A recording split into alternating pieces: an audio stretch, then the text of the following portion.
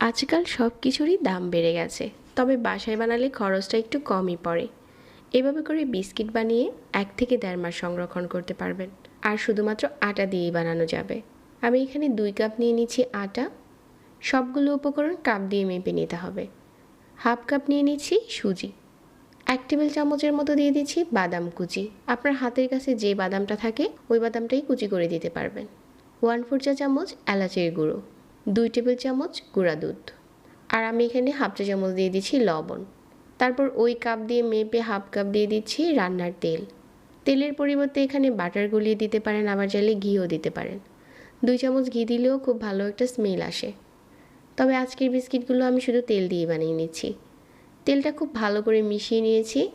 এখন এভাবে করে চেপে ধরলে দেখা যাচ্ছে যে একসাথে দলা পাকিয়ে যাচ্ছে। তেলটা মেশানোর পর বিস্কিটের মিশ্রণটা এখন এরকম আছে। আরও একটা বাটিতে নিয়ে নিচ্ছি 1 কাপ চিনি আর হাফ কাপ দিয়ে দিচ্ছি পানি। এই 1 কাপ চিনি আর হাফ কাপ পানি কিন্তু একসাথে করে গোলাতে হবে না। এখন এই চিনির মিশ্রণটাকে ময়দার মিশ্রণে ঢেলে দিচ্ছি। একটুখানি নাড়িয়ে খুব ভালো করে এখন মিশিয়ে নিচ্ছি। এই চিনিটা কিন্তু গলে যাবে না, তাহলে বিস্কিটের উপরে একটা চিনি চিনি ভাব থাকবে।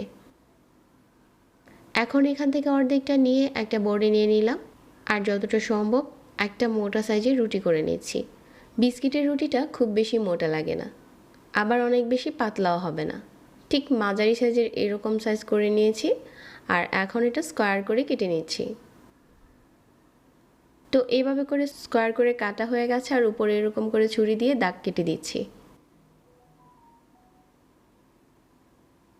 এখন এভাবে করে দাগ কেটে দেওয়ার পর এটা রেখে দেওয়া যাবে না, সাথে সাথে তেলে দিয়ে দিচ্ছি। তো এইভাবে করে দাগ কেটে কেটে প্রতিটা বিস্কিট তেলের উপরে দিয়ে দিতে হবে।